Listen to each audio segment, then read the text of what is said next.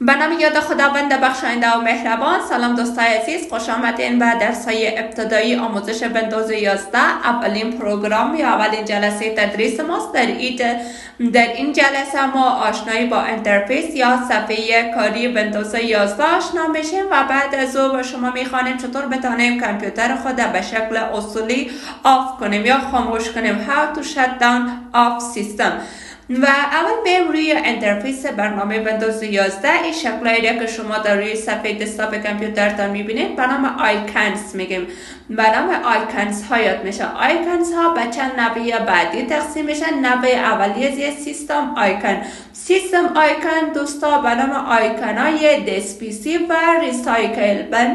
این آیکون هایی است که از خود سیستم است، از خود کامپیوتر است، به نام سیستم آیکون برش میگن. نوع بعدی آیکون ها را به نام فولدر آیکون میگیم.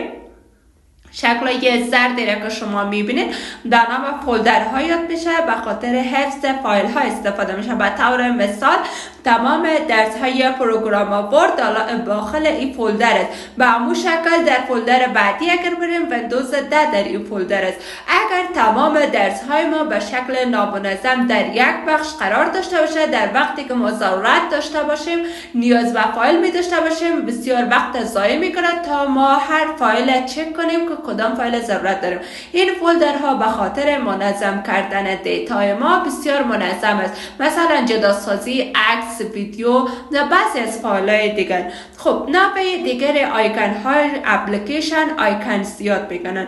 اپلیکیشن آیکون ها با آیکون های گفته می شود که نظر به ضرورت روی دسکتاپ ما نصب بکنیم، مثل آیتولز، زوم، اپلیکیشن از تندرسافت است، زوم از گیم لوپ است. خلاصه اپلیکیشن ها یا پروگرام هایی که شما میبینید مثل پروگرام زوم که ما نظر به ضرورت خود روی دسکتاپ نصب کردیم به نام پروگرام اپلیکیشن یاد میشه.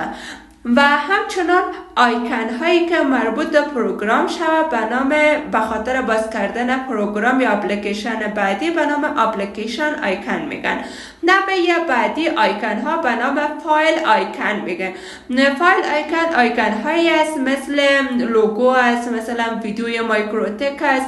از فایل ها یعنی از عکس، ویدیو، فایل از فتوشاپ، فایل از ورد روی اسکرین ما اگر قرار داشته باشه به نام فایل آیکون ها یاد میکنن. پس فایل ها مثل ویدیو براتون گفتم. بعد آیکون ها تقریبا به 4 بخش تقسیم شد که تمام آیکون ها را شناختیم. بعد از او دوستا ما